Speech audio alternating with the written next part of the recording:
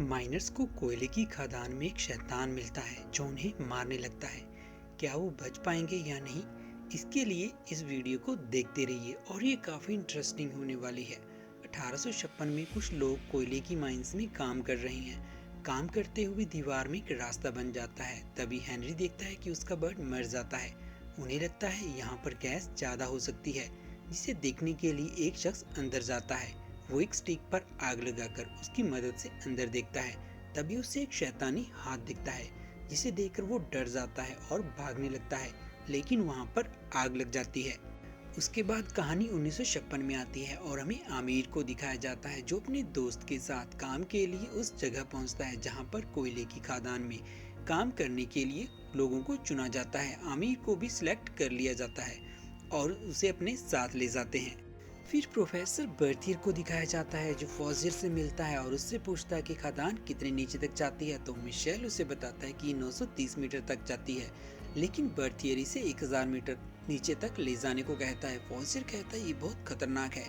बर्थियर इसके लिए उसे बहुत पैसे देता है, जिससे कि वो मान जाता है। फॉजियर ये काम रोलैंड को देता है। आमिर भी वहां पहुंचता है और रोलैंड की टीम को ज्वाइन करता है। उसके बाद बर्थियर रोलैंड और उसकी टीम के साथ नीचे जाता है। वहां पर मिगेल धमाका करता है, जिससे कि जमीन में एक होल हो जाता है और वो सब नीचे चले जाते हैं। रोलैंड उन्हें सेंट लुइस माइनर्स के बारे में बताता है कि 100 साल पहले यहाँ पर आग लग गई थी और यहाँ पर 30 या उससे ज्यादा माइनर्स मारे गए थे। फिर बर्थियर वहाँ से चला जाता है और उनसे अलग हो जाता है। जब रोलैंड देखता है कि बर्थियर उनके साथ नहीं है, तो वो उसे ढूंढने के लिए दो टीम बनाकर अलग हो जाते हैं। आगे जाकर उन्हें कंकाल मिलता है, जिसे लुइस देखने लगता है। आमिर को उसके हाथ में कुछ मिलता है, जिसे लुइस अपने पास रख लेता है। आमिर को दीवार पर एक चेतावनी लिखी हुई मिलती है, जिसे देखकर सेंटनी कहता है कि हम शापित हैं। तभी लुइस उन्हें कंकाल से डरा देता है।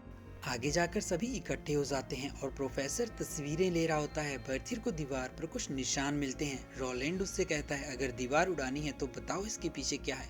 वो बताता है कि कोई प्राचीन चीज मिलेगी जो बहुत कीमती है। फिर मिगेल उस दीवार को भी उड़ा देता है, जिससे वहां पर रास्ता बन जाता है। अंदर जाकर उन्हें कुछ पिलर्स दिखते हैं जिन पर कुछ लिखा होता है। बर्थियर वहां से कुछ सैंपल ले लेता है। लुइस को एक रास्ता मिलता है। फिर सभी उसके पीछे चले जाते हैं। वो एक जगह पर पहुंचते हैं जहां पर बहुत सारे कंकाल होते हैं। उन्हें वहां पर एक ताबूत मिलता है, जिसे देखकर बर्थियर कहता है कि ये ऐतिहासिक है। आमिर पूछता है कि ये क्या है। तब वो उसे बताता है कि ये एक तरह का ऊपर वाला है, जिसे उस समय पर पूजा जाता था। उसके बाद वहां से कुछ फोटोज लेता है और सभी वहां से निकल जाते हैं।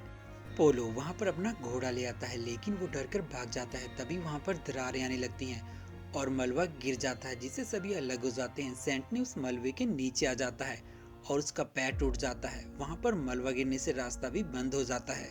अब उन्हें वहां सुनने वाला कोई नहीं था, क्योंकि बाकी सभी माइनर्स ऊपर नहीं थे, जिससे कि रोलैंड बर्थियर पर गुस्सा करता है और कहता है तुमने ये सब किया। बर्थियर उसे बताता है कि ये जरूरी था और हमारे पास 12 घंटे हैं। आमिर अकेला रह जाता है और बाकियों को ढूंढ रहा होता है। तभी लुइस उसे मिल जाता है। दूसरी तरफ वो सेंटनी को स्ट्रेचर पर रख देते हैं। पोलो उस ताबूत को खोलने की कोशिश कर रहा होता है। फिर लुइस भी उसकी मदद करता है। आमिर उनसे कहता है तुम लोग इसे खोलना क्यों चाहते हो। तभी लुइस कहता है बर्थियर ने कहा था कि ये अद्भुत है और यहाँ खजाना जरूर होगा।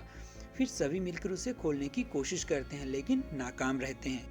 पोलो और लुइस तक कर बैठ जाते हैं। आमिर को उस ताबूत के ऊपर एक होल दिखता है। फिर वह थैले से एक चीज निकालता है जो उसे कंकाल के पास मिली थी और उसे होल में लगा देता है, जिससे कि उसका लॉक खुल जाता है। फिर सभी मिलकर उस ताबूत को खोल देते हैं और उन्हें नीचे खजाना मिलता है। कहता है कि हमें रोलैंड को इसके बारे में बताना होगा, लेकिन लुइस उसे रोक देता है और धमकी देता। फिर आमिर वहां से चला जाता है। जब पोलो और लुइस खजाने की बातें करने में व्यस्त होते हैं, तभी उससे ताबूत में से एक शैतान निकलता है, जिसे देखकर वो डर जाते हैं और चिल्लाने लगते हैं। उनकी आवाज सुनकर आमिर भी डर जाता है। वो भागते हुए आते हैं और आमिर को भी भागने को कहते हैं। फिर वो रोलैंड के पास पहुंचते हैं। लुइस उन्हें बताता है कि उस तहखाने में कुछ है जो जिंदा है।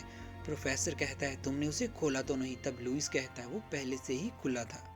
तभी शैतान भी वहां पर आ जाता है और पोलो को अपने साथ ले जाता है। सभी उसके पीछे भागते हैं, लेकिन आगे जाकर उन्हें सिर्फ पोलो की लाश मिलती है, जिसे देखकर वो बहुत ज्यादा डर जाते हैं। रोलैंड बर्थियर से पूछता है कि वो क्या है, मुझे बताओ उसके बारे में। वह उसे बताता है कि वो एक अननोन सिविलाइजेशन है। वो पत्थर की बनी कबर की पूजा करते हैं जो उससे भी पुरानी है उनका मानना था कि उसे स्वर्ग से भेजा गया है और उन्होंने यहाँ पर बहुत बलिदान भी दिए हैं। तभी लुइस को सेंटनी का ख्याल आता है और सब भागते हैं। सेंटनी को एक आवाज सुनाई देती है और वो टॉर्च उठाने की कोशिश करता है लेकिन उठा नहीं पाता। फिर वो बर्थियर के कैमरे की मदद से देखता है। पहले तो उसे कुछ नहीं दिखता, लेकिन जब वो दूसरी बार देखता है तो उसे एक शैतान दिखता है। जब रोलैंड वहां पर पहुंचता है तो सेंटनी उसके कब्जे में होता है और वो उसे मारकर अंधेरे में गायब हो जाता है। बर्थियर कहता है कि हमें उसे फंसाकर मारना होगा। बर्थियर उन्हें फिर से उन्हीं पिलर्स के पास ले जाता है और वो एक रास्ता ढूंढते हैं, लेकिन वो घूमकर फिर से उसी जगह पर आ जाते हैं। उन्हें वहां पर खून के निशान दिखते हैं और वो उसका पीछा करते हुए एक जगह पर पहुंचते हैं। अंदर सिर्फ बर्थियर और अमीर ही जाते हैं, जहाँ पर उन्हें पोलो का मरा हुआ घोड़ा मिलता है। उसके बाद बर्थियर अंदर आने का रास्ता बंद कर देता है, जिससे कि रोलैंड बाहर ही रह जाता है और वो बाहर से रास्ता खोलने की कोशिश करता है। अमीर बर्थियर से पूछता है क्या यहाँ पर और भी कब्रें हैं। तब वह उसे बताता है कि ये 9 हैं और पूरी दुनिया में फैले हुए हैं। अमीर उस घोड़े को हिलते हुए देखता है और कहता है कि ये अभी भी जिंदा है। तब इस घोड़े में से वो शैतान बाहर आता है। उसे देखकर बर्थियर उसकी तारीफ करते हुए उसके गले लग जाता है, लेकिन वो शैतान उसे मारने लगता है। ये देखकर अमीर डर जाता है और दरवाजा खोलने लगता है, लेकिन वो नहीं खुलता। तभी रोलैंड उसे बाहर से खोल देता है और अमीर बच जाता है। फिर वो वहां से निकल जाते हैं। उसके बाद वो शैतान भी वो दरवाजा खोल लेता है।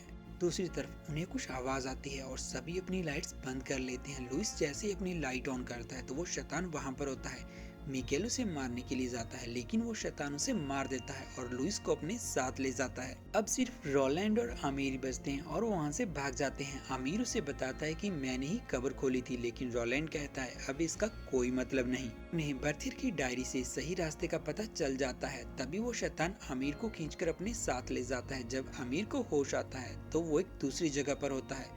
रोलैंड को कंकाल का एक ढेर मिलता है जहां से बाहर जाने का रास्ता है। दूसरी तरफ आमिर उस शैतान को देखता है जिसके पास लुइस होता है, लेकिन वो उसे मार देता है और उसके जरिए आमिर से बात करता है और उससे कहता है मुझे बाहर निकालो मास्टर और मुझे अपनी जिंदगी दे दो। वो शैतान कहता है अपनी आत्मा मुझे दे दो और तुम ऊपर वाले बन जाओ। फिर वह उसके करीब जाता है, लेकिन उसका अपना ही प्लान होता है और वो उसे चाकू से घायल करके भाग जाता है। फिर आमिर भी उसी कंकाल के ढेर के पास पहुंचता है और रोलैंड उसे ऊपर खींच लेता है। दोनों ऊपर चढ़ने लगते हैं और वहां पर बॉम्ब लगा देते हैं। फिर शैतान भी वहां आ जाता है और वो भी ऊपर आने लगता है, लेकिन वो उसे बॉम्ब से उड़ा देते हैं। इसी के साथ ही मूवी खत्म हो जाती है।